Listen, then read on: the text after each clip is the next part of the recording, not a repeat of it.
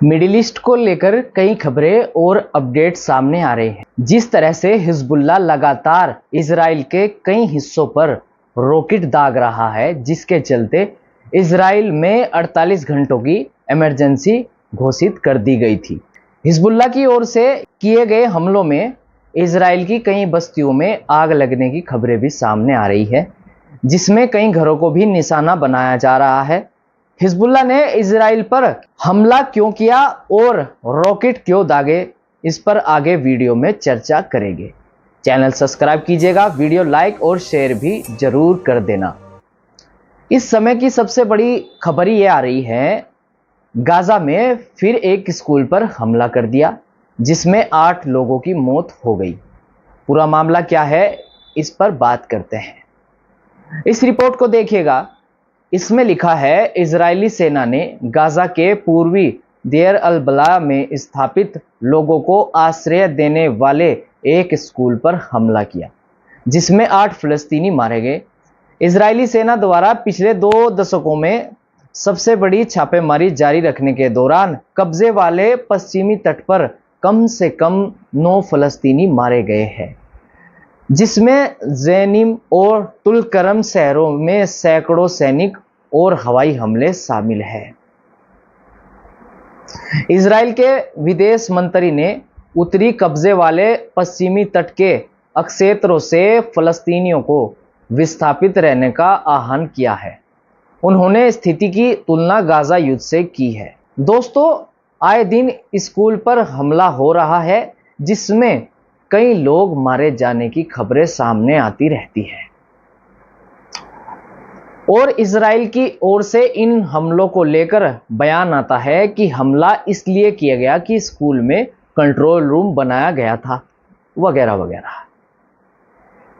लेकिन एक रिपोर्ट के अनुसार गाजा में 40,000 लोग मारे जा चुके हैं और 90,000 से ज्यादा घायल है। दोस्तों, ऐसा भी नहीं है कि इजराइल में लोग नहीं मारे गए हैं, वहां भी 1000 से ज्यादा लोग मारे जाने की खबरें सामने आ चुकी हैं। नुकसान दोनों ओर हो रहा है। जिस तरह से इजराइल सेना ने वेस्ट बैंक में बड़ा अभियान जारी किया और 9 लोग मारे गए, इसी तरह से हिजबुल्लाह लगातार इजराइल पर बड़े हमले कर रहा है, जिसमें इजराइल में भी काफी नुकसान हुआ है। चलिए बात करते हैं, हिजबुल्लाह इजराइल पर हमले क्यों कर रहा है। दरअसल बात यह है, इजरायली सेना ने कहा है कि उसके लड़ाकू विमानों ने रविवार को दक्षिणी लेबनान में हिजबुल्लाह के हजारों रॉकेट पर हमला किया था। इसलिए क्योंकि उन्हें पता चला था कि हिजबुल्लाह इजराइल पर हमले करने की तैयारी कर रहा है और बड़े पैमाने पर हिजबुल्लाह अटैक करेगा। लेकिन हमलों को लेकर हिजबुल्लाह का कहना है कि हमारे कमांडर की 1 महीने पहले हत्या कर दी गई थी, जिसके चलते हमने इजराइल से उसकी मौत का बदला लिया और इजराइल पर सैकड़ों रॉकेट और ड्रोन दागे। अब ये दोस्तों, ये तो चलता ही रहेगा। कभी इजराइल लेबनान के कुछ हिस्सों पर हमला करता रहेगा, इधर हिजबुल्लाह थमने का नाम नहीं ले रहा है, लेकिन इधर इजराइल बड़े पैमाने पर गाजा पर हमला कर देता है, गाजा में स्कूलों पर हमला कर देता है। खैर, अपनी अगली खबर की ओर बढ़ते हैं। खबर यह है कि ईरान अब इजराइल पर हमला करने जा रहा है। अमेरिकी राष्ट्रीय सुरक्षा प्रवक्ता की ओर से यह बयान आ रहा है कि ईरान अब इस स्थिति में है कि इजराइल पर हमला करने की तैयारी में लगा हुआ है। यह बात तो किसी से भी नहीं छुपी है कि इस्माइल हानिया की हत्या के बाद ईरान ने इजराइल से किस तरह का बदला लिया है। ईरान लगभग काफी समय से इस्माइल हानिया की मौत को लेकर ईरान केवल इजराइल पर जुबानी हमले कर सकता है। ईरान शायद जानता है कि अगर इजराइल पर हम हमला करते हैं तो जवाब में हमें भी बड़े हमलों का सामना करना पड़ सकता है।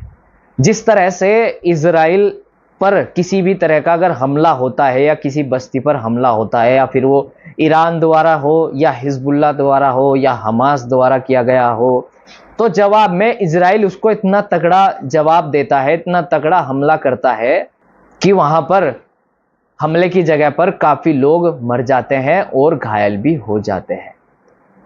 जिस तरह से कई देश ईरान के साथ खड़े हो गए थे, तो लगा अब बड़े हमले की तैयारी में है ईरान, लेकिन कुछ नहीं कर पाया। ईरान खाली जुबानी हमले किए हैं और कुछ भी नहीं। चलिए दोस्तों, छोटा सा अपडेट आपको सीज फायर को लेकर भी दे देता हूं। सीज फायर को लेकर खबर यह है कि हमास और इजराइल के बीच जो मतभेद है उसको खत्म करने की सहमति अभी भी बनती नहीं दिख रही है। इधर हिजबुल्लाह सीज फायर को लेकर कहता है, अगर गजा युद्ध विराम पर इजराइल सहमति बनाता है तो हम अपने हमले रोक देंगे और इजराइल पर हम किसी भी तरह का हमला नहीं करेंगे। दोस्तों, ये थे कुछ अपडेट्स मिडिल ईस्ट को लेकर निकल रहे थे। अगली खबरों के साथ हम जल्द मिलेंगे।